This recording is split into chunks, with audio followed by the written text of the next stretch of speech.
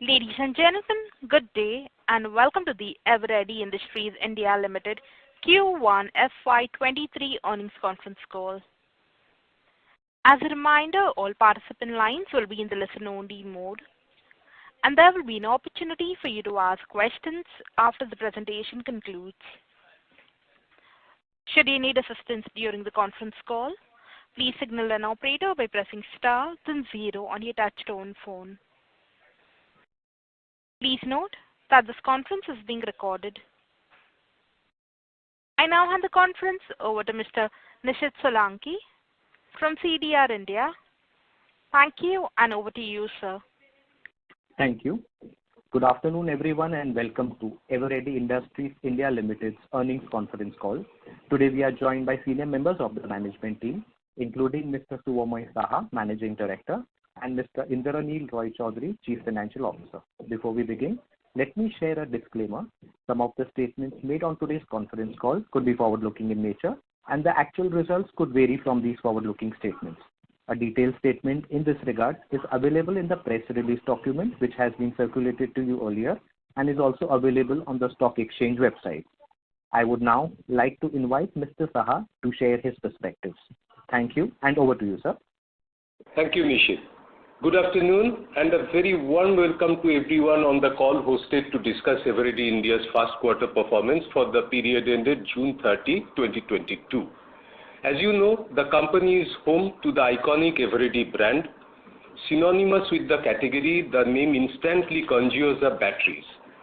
Throughout its history, Eveready has taken a very process-oriented approach to establish its credentials.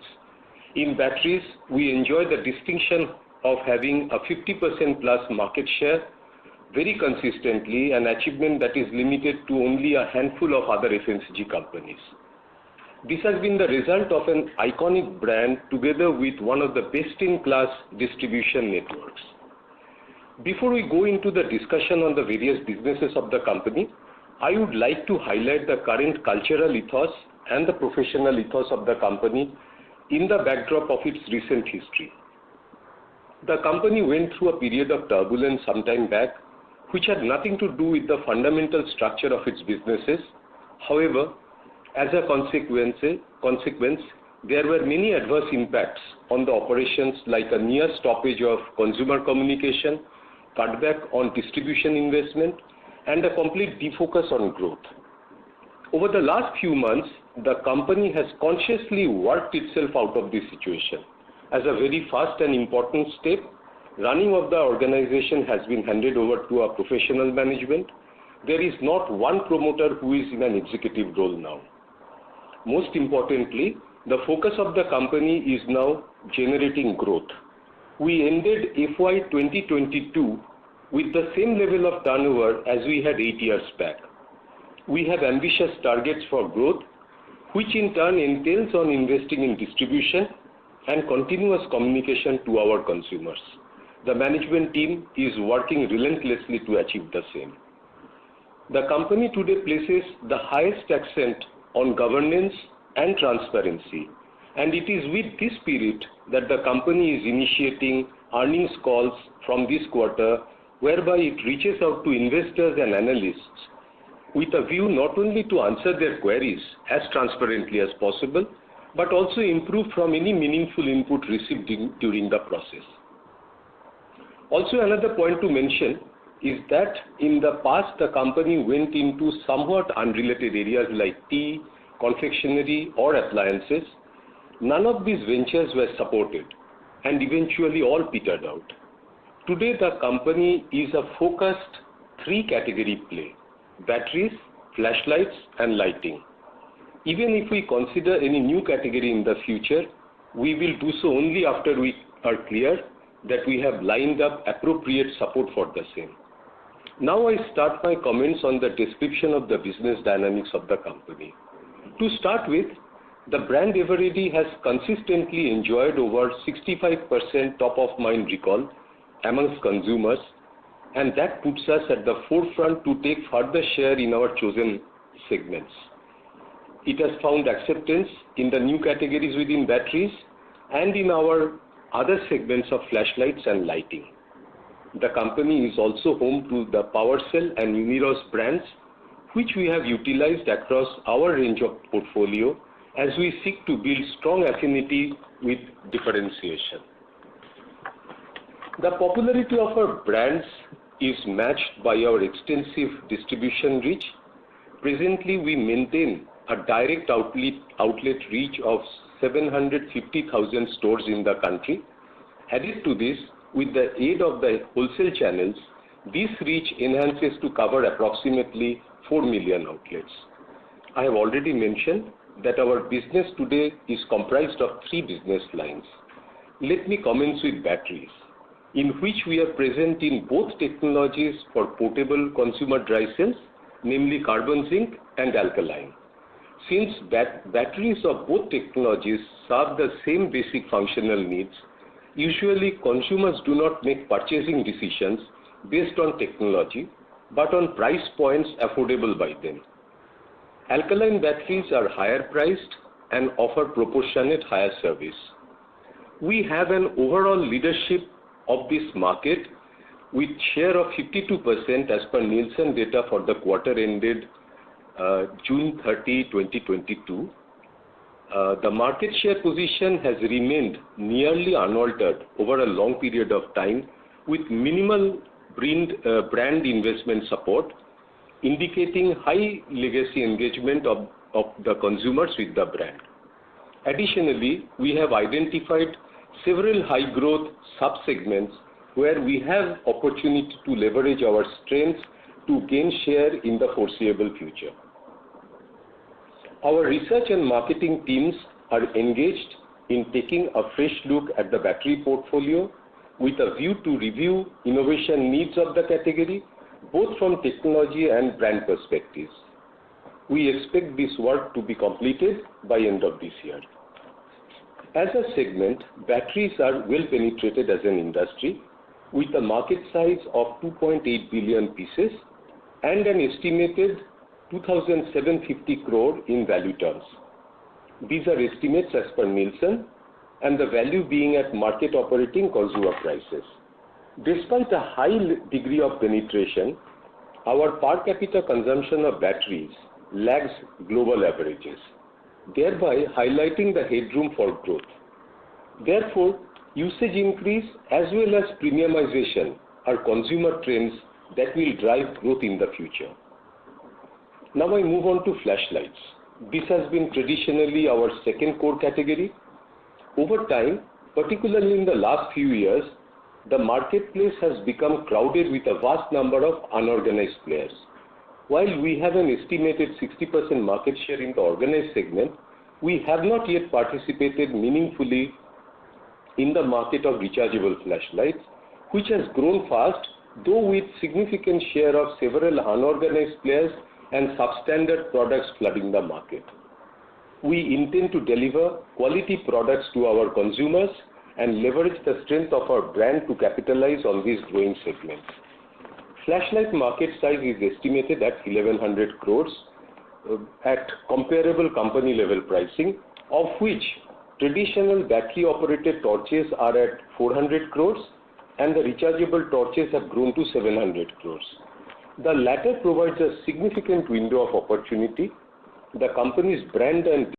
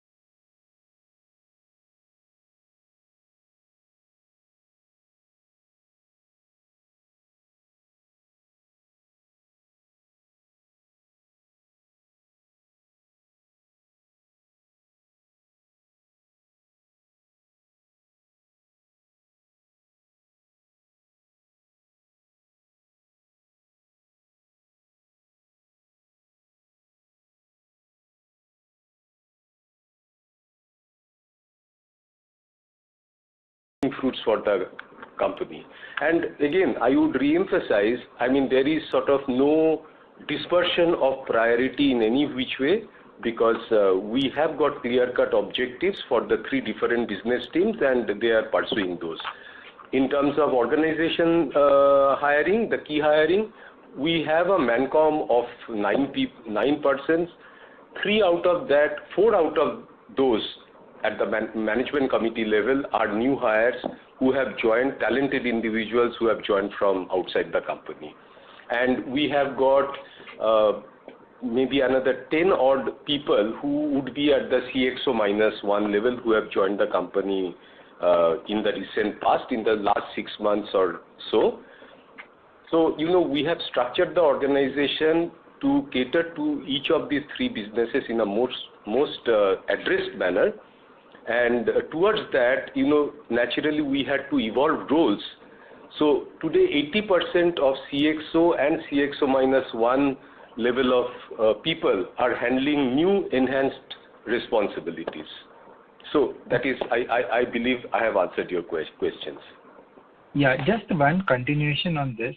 How would the KPIs of the new hirees or the heads of each of the segment be connected with so would the KPIs be more on the growth of each of the segment, because we have an amalgamation of business where 2 business are quite mature and where the focus should be more on profitability, and 1 business which is on growth. So how are the KPIs associated with each of the management segments?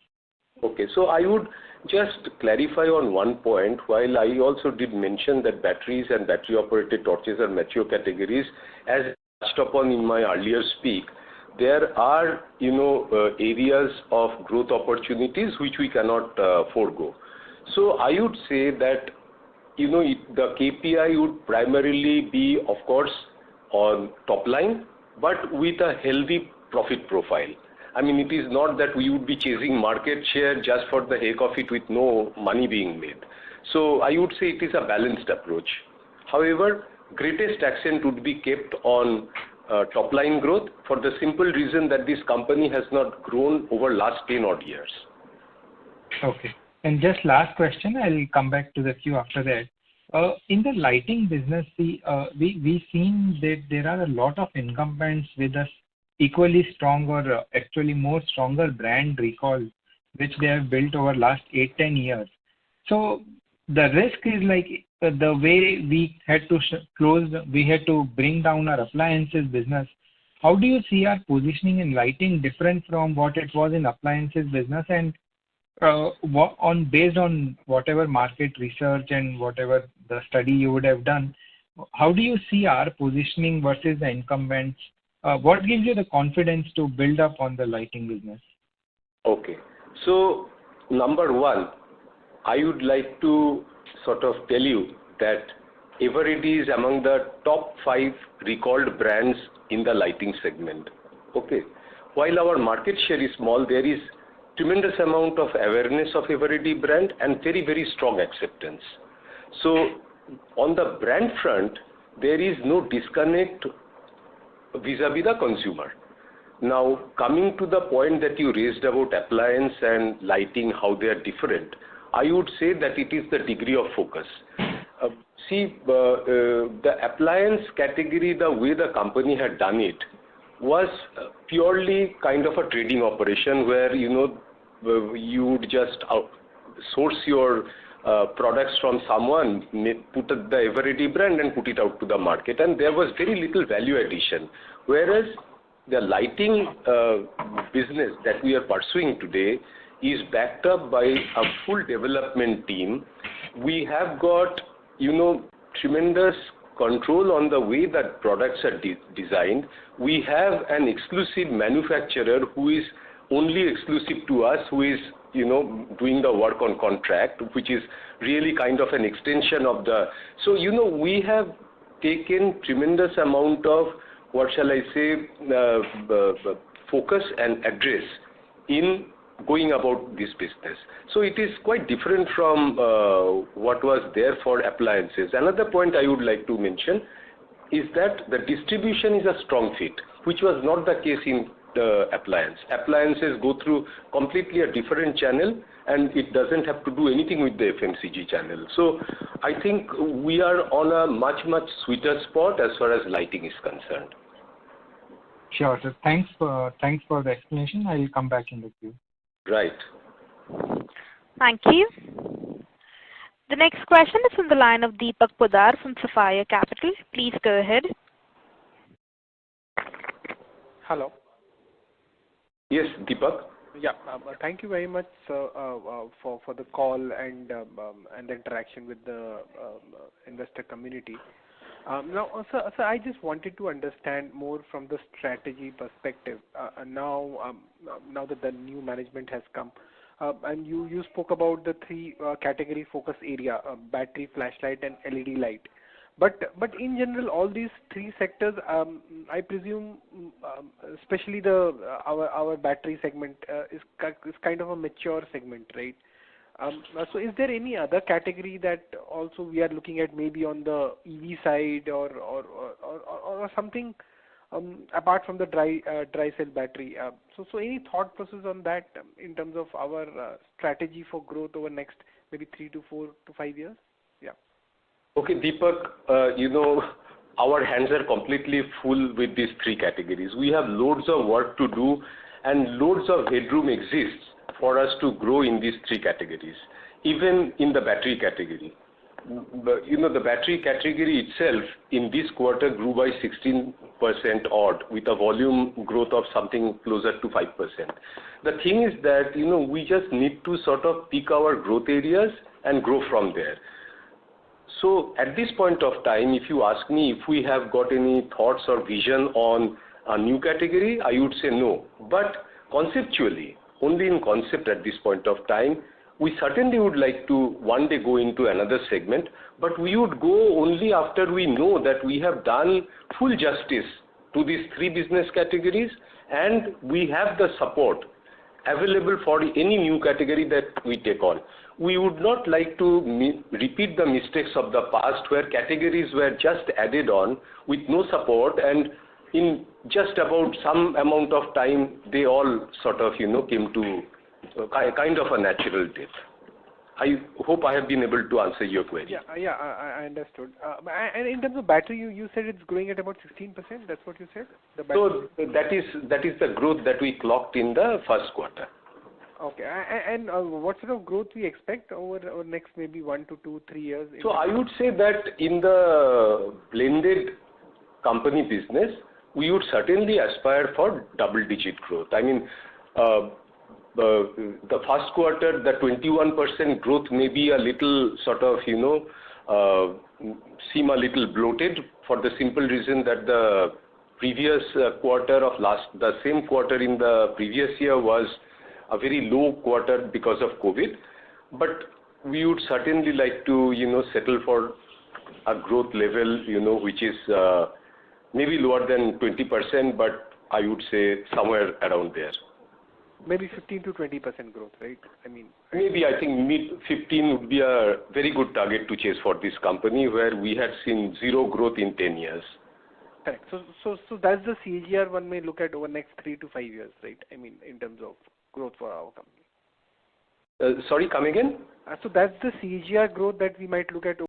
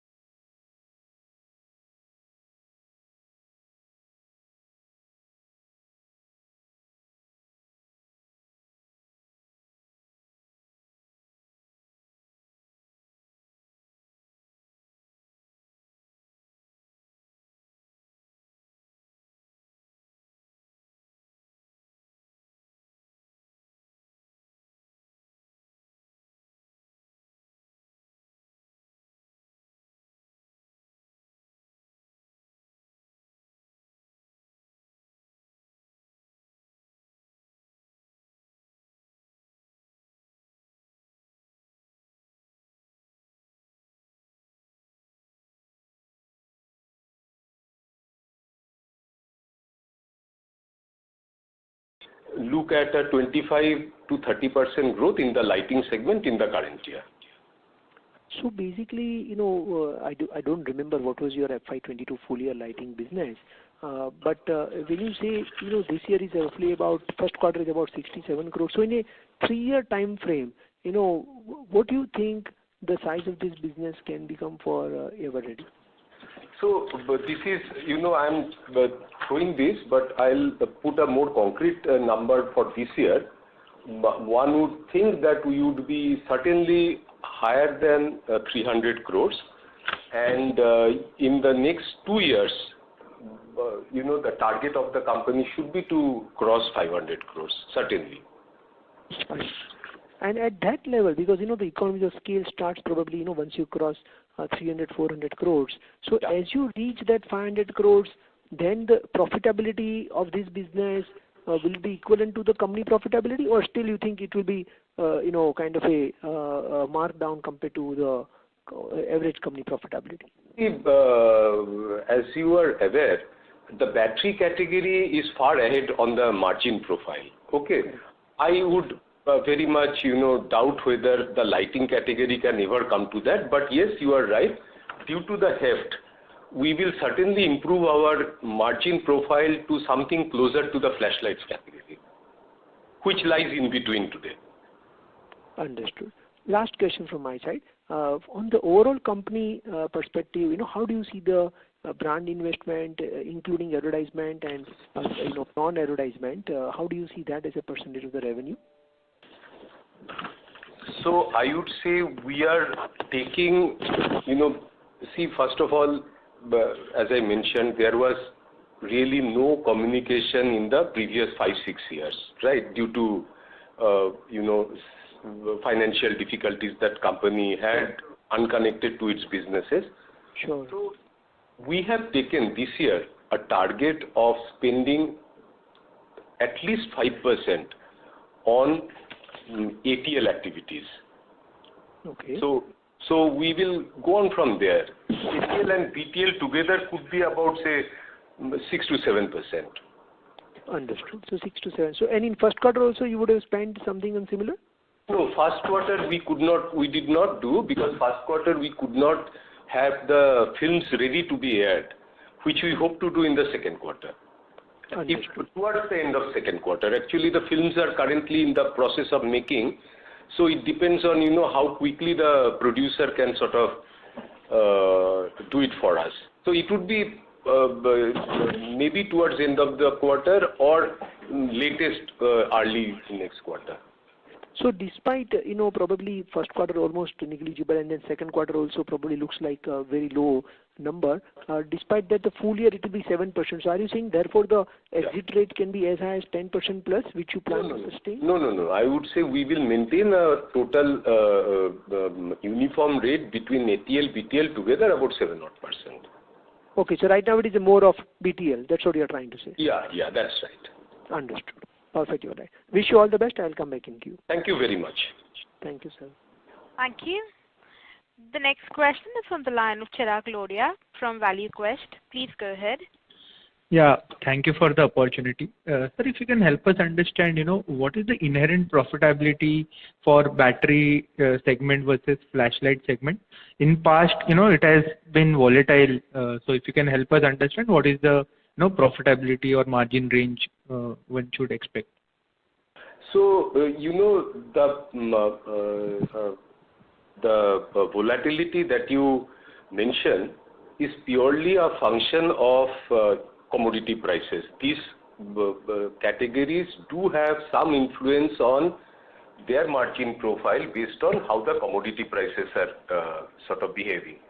So prior to the recent commodity push that happened over the, say, last 8 or 9 months, the margin for batteries was at 50%.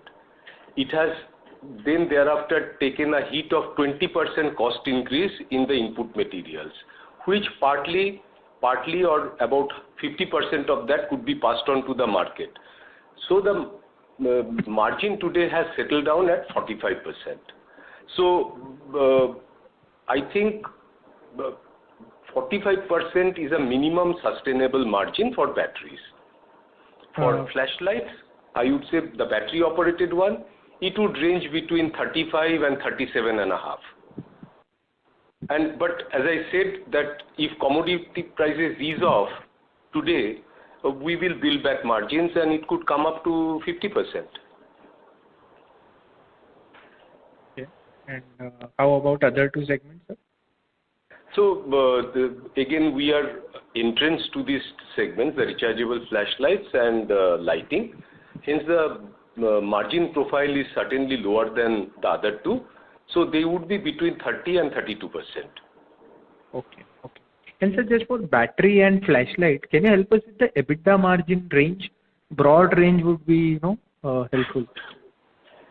So EBITDA percent of battery for last year was about, in the recent past, has been trending at around 17-18%, but it went as high as about 25% 8 or 9 months back. The flashlights are currently, flashlight as in battery operated ones are currently trending at around 14-15%. In lighting, we are just about break even. Okay. And this 17, 18 and 14, 15 is a maintainable margin going ahead. Is that understanding correct? Because see, the point to be noted is that this is after all the commodity adverse impacts that we had to absorb after passing out about 50% of the impact to the market, right? Now, what has happened from end of last quarter, commodity prices have started easing up, as you also know. So this should actually help us make the margins better than what they are today. But I'm not taking a guess on this because this is just my hope and optimism, or as the trend currently suggests. There is one still adverse, which is the currency rate, which is certainly ruling much higher than the desired level. Right. And sir, just my last question on what is the current debt and cost of borrowing and capex plans over next 2 to 3 years? So our current net debt stands at about 325 crores. Our average cost of borrowing is 8%. We have no big capex plans just now, at least not for this year. And gross debt would be, sir? Gross debt would be just about maybe 40 crores higher than that. It depends on the movement of cash at the month end and all that. So really nothing much different from what I told you. Got it. Thank you and all the best. Thank you. Thank you. The next question is from the line of Darshit Shah from Nirvana Capital. Please go ahead. Yeah, hi sir. Thanks for the opportunity. Sir, I have just a couple of questions. Sorry to interrupt, sir. Sir, we're not able to hear you clearly. Hello. Yeah. Sir, I have a couple of questions. So one question on the contingent liability that we kind of have in our books. So can you just throw more light on what's the case there and how do we foresee the outcome in that particular case, if you have any idea? Sorry, which one are you referring to? The 171 crores. Okay. I understand. So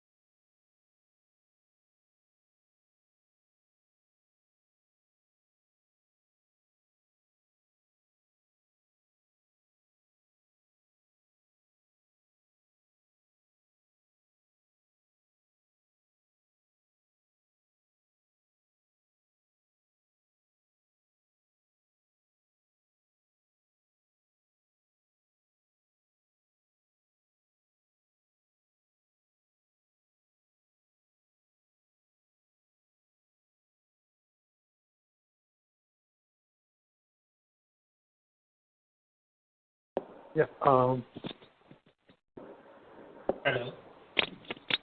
Hello. Hello. Can you hear me? Yes, we can. Yeah. Actually, my question, I think a lot of that you've already answered in terms of the lighting business, but just wanted, since the group and the Dabur group is now, become the promoters of the business, I just wanted to. Sorry, you are getting dropped. Mr. Mithun Aswath, your audio is breaking up. We are not able to Hello. hear. Yes, sir. Can you hear me now? Yes, sir. Please go ahead. Yes. I just wanted to understand, since the company is part of the Dabur group now, are there any synergies that you get from the group which Eveready could benefit from? That was the first question. The second question was, in order to reduce our debt, are there any assets that the company has which could be disposed of, historical assets? Those were the two questions. Okay, thank you. So let me answer the synergy bit. So first of all, let me clarify that we are not part of Dabur. We are an investment of the Burman family. So Dabur is a separate operating company. We are a separating operating company. We have our own businesses to handle. So really, on the synergy front, I do not know what exactly do you mean, because and we are in unlike products in any case. The only synergy I can say is that we have got the new promoters who have come on board, and we look forward to them for guidance. So I would say the same type of guidance which has benefited Dabur over the years, I hope that benefit would also come to us. So that is on synergy. With regard to repayment of debt, I think the operational cash flows of the company are adequate to look after those. I mean, we will see, if at all there is anything that needed to be done on the other front. Right. And one more question. There were quite a lot of write-offs in the last couple of years of, some of these receivables. Is there any potential chance of recovering any of that in the next coming quarters or years? So you are correct. I mean, that was a way we completely cleaned up our balance sheet by taking provisions which are, should have been taken as a measure of prudence. We have lodged cases in respect of each of those receivables, and we are pursuing those cases in a vigorous manner. Now, when and how the court process will finally end in getting us some amounts back, I am really unable to say. But I can say the management is trying its best to recover. Right. And one last question. For the quarterly results, could you just give us the breakup of each segment's revenue? And within the battery segment, you mentioned that you are quite strong on the dry cell battery. I just wanted to understand other segments of the battery market where you're not present and you're looking to get into. How large are those opportunities? And do you sense that you could make inroads there? If you could just touch upon that. Yeah. So first of all, let me go to the category-wise breakup. Batteries, we ended at 212 crores, flashlights at 57 crores, and lighting at 67 crores. Those were the turnover of the three categories. With regard to batteries, as I said, that we are present both in carbon zinc and alkaline. These are the technologies that occupy more than 99% of the market. There is a very small niche segment of rechargeable batteries in which we play, and I think we could be one of the market leaders. But the category is so small, it is really nothing much to track at this point of time, and it is a category that went up and then it died its death because of the hassle factor. The consumers found it too hard to keep taking batteries out of the gadget, putting them back after charging, and many a time those batteries last so long that by the time your charging is required next time, the charger itself is lost. So that has become a very niche segment used by professional photographers and no one else. So basically that's it. I mean, we are presently not in button cells, and that we are having a look, but I don't think that would be a segment for the company would find very exciting to enter. There are also a couple of other very old technologies. These are not new technologies, but because the company is taking a fresh view of the whole sector, we are trying to review all these other categories. Right. And one last one, if I can squeeze in. Earlier, there were quite a lot of imports from China, and I think the government put clamps on that. I just want to understand how much of the market is unorganized, and as things become more organized, you could obviously grow the market. I just want to understand implications of that for you and how you're seeing the scenario.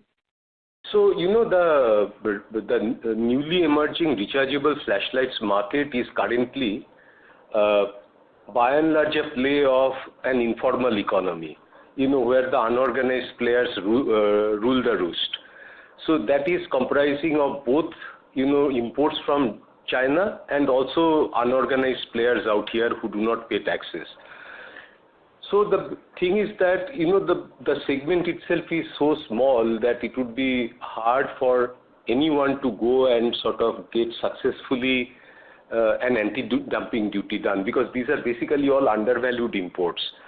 Now, one way of doing it is if, like the government has done in the past, that it brings in mandatory standards of minimum quality, assurance for the consumers, in terms of a BIS standard, then that's a great thing, because, that same thing happened in batteries, and all these cheap, undervalued imports stopped overnight.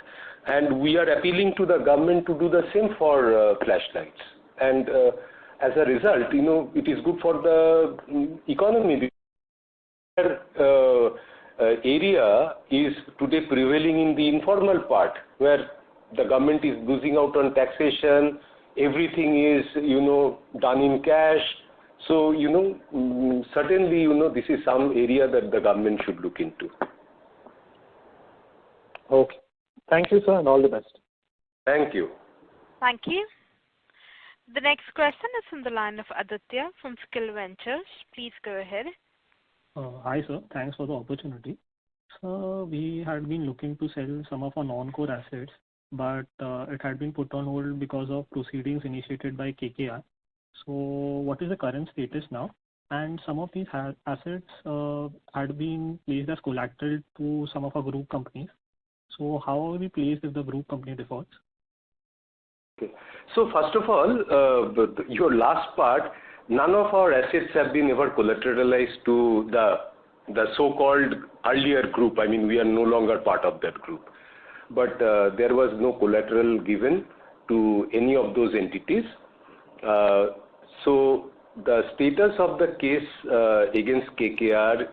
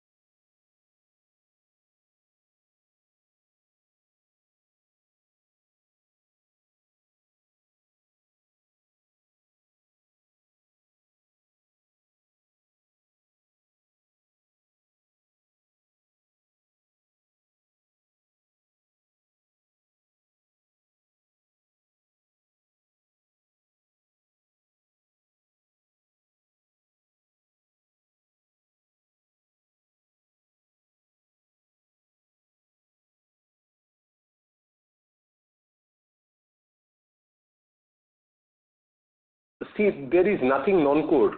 We utilize each and every asset for our productive use. Right. Okay. And in our annual report, we had mentioned that there were some non-recurring charges of doubtful advances, inventory of closed appliance business, and some other expenses as well.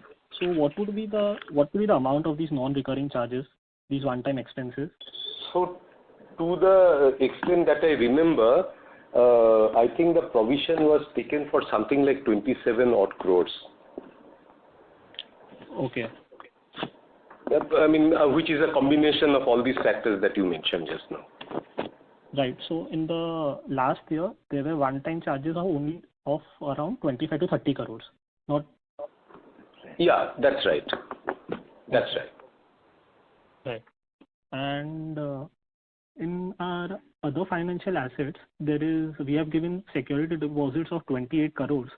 So have these been given to our erstwhile promoter group companies? No. These are for, I think, a bulk of that is the security deposit that we have given to CCI for the appeal that we made. So they have, when entertaining our appeal, they have taken that 10% as a security deposit, which we have given. So that is certainly the bulk of it. Rest are, operating deposits, which is related to plants and whatever else. Right. Okay. And so my last question is, what would be the status of the Preferred Consumer Products Company Limited? Will it be merged or will it be dissolved? Anything? No. So this company owns something like 25% of shares in that. There is now no connection with that. We are just a plain shareholder, and there are no sort of business transactions with that. Okay, so we are holding 25% of that company. Yeah. Okay. Thank you. Thank you. Thank you. The next question is from the line of Dikshit Doshi from Whitestone Financial Advisors Private Limited. Please go ahead. Mr. Doshi, your line is in the talk mode. Please proceed with your question. Hello. Yes, please go ahead. Yeah, my questions have been answered, so thanks for the opportunity. Okay, thank you. Thank you. We'll move on to the next question. That is from the line of Varsha Ganesh from Shravas Capital. Please go ahead. Am I audible? Yes, you are. Yeah. Sir, firstly, thanks for the opportunity and for patiently solving our queries. So I have two questions basically. On the context of exports, how does the company's presence look like in international markets? That's my first question. And secondly, as Sir mentioned about combating the unorganized sector by pushing the government to implement the BIS standard, does the company have any specific ideology on or any strategy, any particular strategy it could maybe implement to combat the same, like maybe a price reduction on for the rechargeable flashlights and the LED lighting, something like that? Is there any particular strategy the company is going to adopt? Yeah. So may I first take on your second question first? Yes. So it is like this. We are moving ahead with that business irrespective of BIS. I mean, see, BIS is something that the government has to do. We can only appeal to them, and we can, as good citizens, abide by such standards as and when they are established. Correct? Now, so we are, while we would be certainly, making efforts to get that so that Indian consumers get products of some minimum specification. Correct? But we are not banking on that. We are going ahead with the business in the current context where there is no BIS certification requirement. So what we are doing is we are trying to bring products, and it is finally the consumer's call, because the consumer is wanting products at a particular price point. Now, in order to meet that price point and also our own standard that we would meet certain specification is a challenge. but not an unsurmountable one. We have the advantage of technology. We have the advantage of our team that understands, knows how to deliver. So that is the base of our current policy on this business. We would on one hand pursue actively in getting this country into a proper standards process on the flashlights category, but we will carry on with this business irrespective of that in reaching products to the consumers at the price points they desire. And that would again be based on the two key assets I keep mentioning about: availability through our distribution and the brand assurance. I'll now take on your second question. We are very small in exports, and currently this is not a focus area for the company. Okay, sir. Thank you. Thank you. We'll move on to the next question. That is on the line of Priyanka Sarkar from FAMI Ananta Capital. Please go ahead.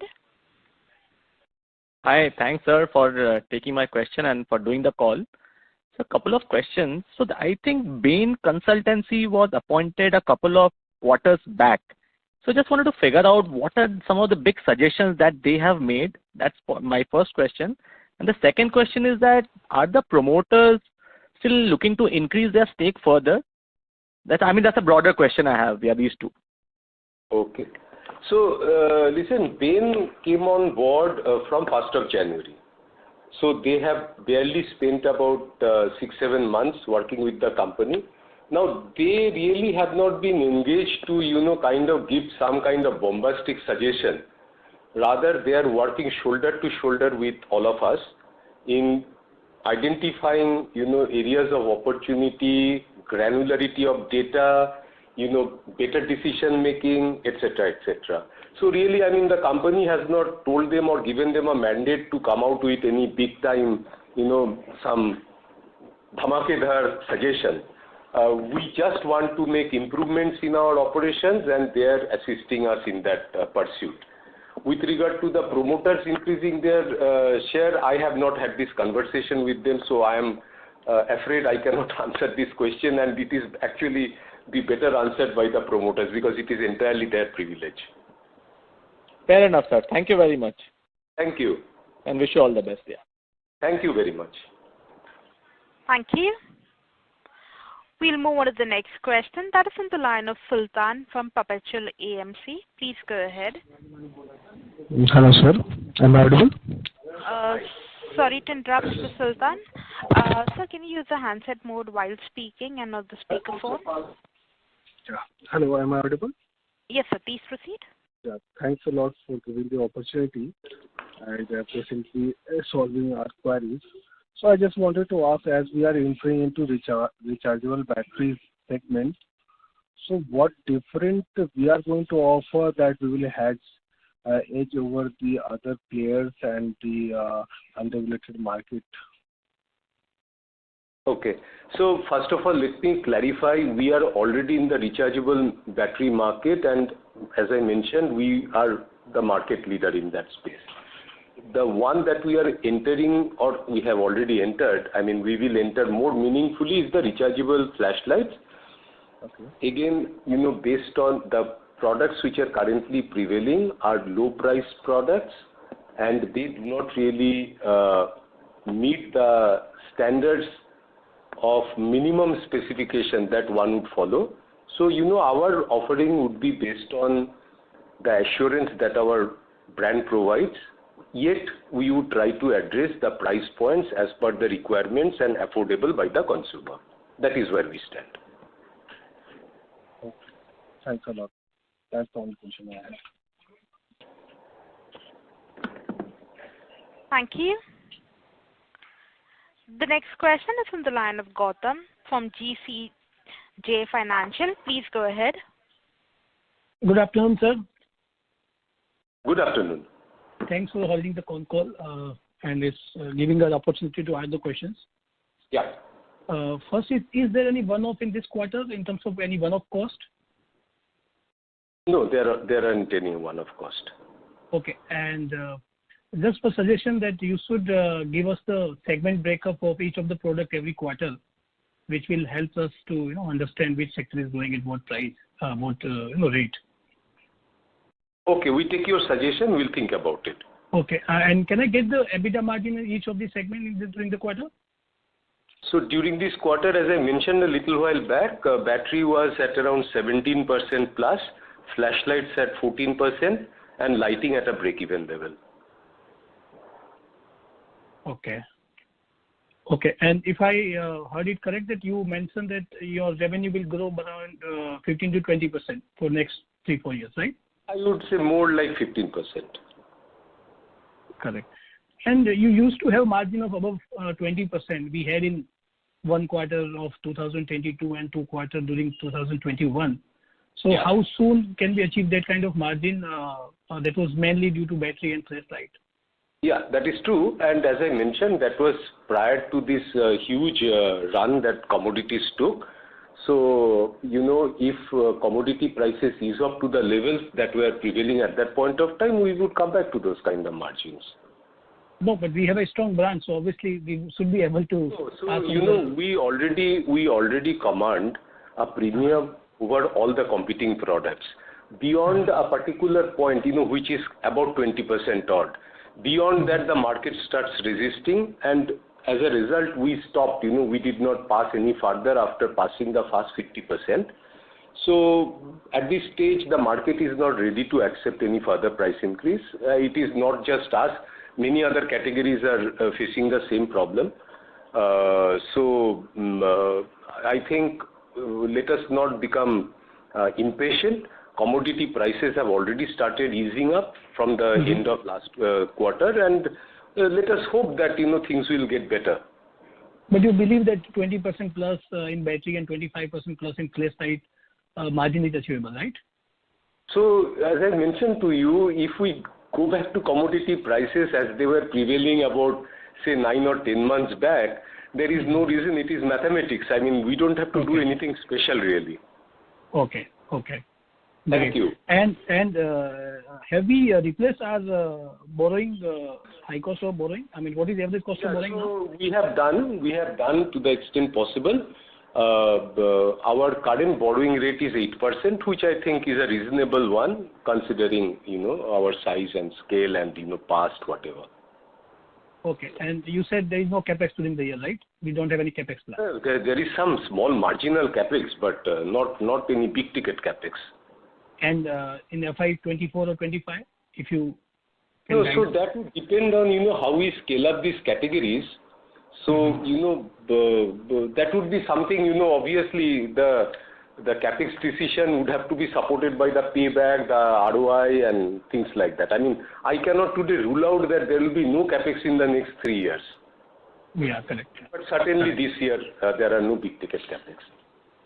Okay, great. And sir, what is the tax rate? I mean, do we have some carry forward losses which continue for some years? So we have some benefit from our plant in Assam. Our current rate is MAT, so it is 16% odd. Okay. Thank you so much, and all the best for the future. Thank you very much. Thank you. The next question is on the line of Saket Kapoor from Kapoor Company. Please go ahead. Yeah, namaskar sir, and thank you for listening to your investors' request and giving us an opportunity to place forward before the management to have a better understanding. Thank you, and we look for continuity of the same. Thank you. Yes, sir. So firstly, if you could give us some color on the seasonality factor. In our business, how does the seasonality factor plays, and how are the volumes? How do volumes play during those times? If you could give some color on this. Yeah. So Saket, it is like this. July, August are typically high offtake months, primarily due to monsoon. This year has been a little disturbed because some parts of the country saw delayed onset of monsoon, but overall, I would say second quarter is higher volumes for battery flashlight, and then closer to Diwali is higher volume for lighting products. That is how it is. But I wouldn't put too much into the seasonality because, we have to do our business consistently right through the year. But what we have seen in the past also, the fourth quarter is always a lower quarter. Correct, sir. And looking at the employee cost, sir, as a percentage of sales, how should this line item should? So currently we are 12%, and this is what is one of our address areas this year, in which somebody mentioned about Bain. This is one area Bain is working with us, and our target. Maybe we are not yet ready to actually give you a exact time target, but our target in a foreseeable future would be to come down to 10%. Right, sir. And sir, when we look at the product profile for the batteries which were used in the medical apparatus, at those times, I think so during the COVID times, we had higher margins because of the change in the product mix. So I think so. Currently the sales to those are not in that percentage. So how to which segment will be the batteries will be catering to because we have a line of different lines of batteries, different product. The categories are very different and the margins are also very different. So how are things shaping up for the battery segment, especially the ones which are for the higher pricely equipment, wherein the battery prices are also are higher than the normal battery? No, so it is like this. See, the high margins that you saw was a period. It just coincided with COVID, at which point of time, and maybe due to COVID, commodity prices were very low. Oil prices had gone down, all commodity prices. So it has really nothing to do with the health devices. It is just that commodity prices in those days were extremely favorable to manufacturers, and they have gone up and then again looking to be going down. So there is really, the company usually has similar margin profile on all its batteries. Of course, there are premium batteries which fetch more margin. There are popular batteries which fetch lower margin, but that is how it is. The business is like that. It has nothing to do with really health devices in particular. Health devices give some temporary volume jump. Right. So you mentioned 325 crore as the net debt number. So what are our current year maturities, sir? I would think I do not have the exact data on me, but I think it could be somewhere around 50 odd crores, which have been planned, and we'll see to that. There are no issues with regard to the repayment. Okay. So, sir, earlier also when the previous management was also used to guide investors that in our business, debt should not be a part of the company's operation, and therefore now with what kind of timelines are you looking to retire debt completely, and what are our current working capital requirements and also on the utilization levels, how are our utilization levels currently shaping up? So as you very rightly said, this company is an FMCG company primarily, and it doesn't require any debt. So the requirement for working capital could be for a 60-day period, net of payables. Maybe it is net of payables, it would be about 30-35 days. So it really doesn't. It is a net cash earner. So the debt that you see, whether in the form of working capital or in term loan, this is all legacy and due to reasons other than businesses. So in due course of time, the company's profitability will allow us to repay those, and then we don't have to hopefully take any further debt. Right. And the last point, and then I'll come in the queue. Okay, ma'am. I'll come in the queue. No issues with that. But thank you for the opportunity to all of us. Sir. Thank you. Okay, Saket. Thank you. Thank you. Ladies and gentlemen, we'll be taking the last question. That is on the line of Nikhil from SIMPL. Please go ahead. Yeah, hi. Thanks for the follow-up. I hope I am audible. Yes, you are.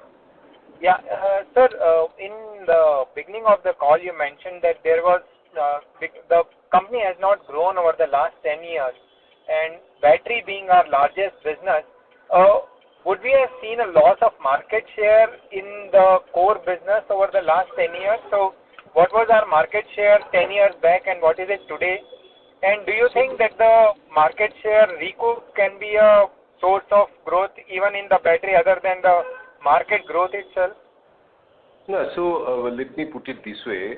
We have been holding on to this market share of 50%, a little more than 50% for quite some time consistently, right? Now, what has not allowed the company to grow is during this journey, there have been always some peripheral business on which the company did not focus and eventually dropped. Another peripheral business, battery maintained a very steady trot with very modest growth, 1-2% growth. And in the process, what has happened, we have got ourselves now these areas of opportunity which we did not see before. So battery today offers some avenue for growth. I wouldn't say very huge growth, but it does offer some avenues for growth. And so does the other categories which we are now focusing on. Okay, and just one follow-up here. If we look at over the last 5-6 years, and this could be intuitive, there is no market research here.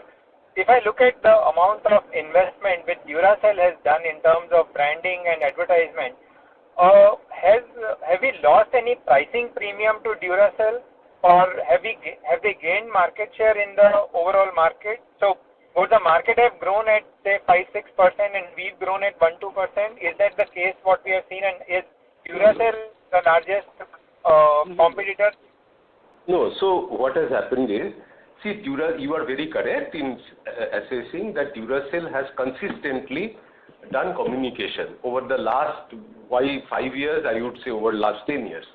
But the market was not amenable to a higher price point product which typically Duracell sells. Till 2 years back, they decided to get into the market with lower price products, right? So actually when they started selling that lower price product, people who came under pressure was not Eveready, but it was our other competitors. So actually they had drops in their market share, and Eveready sort of stayed the same by and large. Duracell gained some 5-6% market. See, prior to that they were very small. They were very peripheral product and very niche. Now they tried to get into a wider market, and that just coincided with the COVID period, when also incidentally, apart from us, the other competitors like Panasonic, Nippo, they had really supply issues. But as we can observe from the marketplace, I mean, I do not know what they actually did. So it looked like in that period, Duracell took advantage of that. And they seeded this lower price product incidentally, which is a loss-making product. Okay, fine. Thanks, sir. Thanks for answering all the questions so much detail. Thanks a lot. Thank you. Thank you very much. Thank you. Ladies and gentlemen, that was the last question. I now hand the conference over to the management for their closing comments. So I thank everyone for taking time out to join us on this earnings conference call today. I hope we have adequately answered all your questions. If you still have any more queries, please reach out to our investor relations team, and we will be only too happy to address them. We endeavor to interact with all of you every quarter through this forum. Thank you once again, and look forward to connecting again in the next quarter. Thank you, and God bless. Thank you, members of the management team. Yes. Ladies and gentlemen, on behalf of Eveready Industries India Limited, that concludes this conference call. We thank you for joining us, and you may now disconnect your line. Thank you.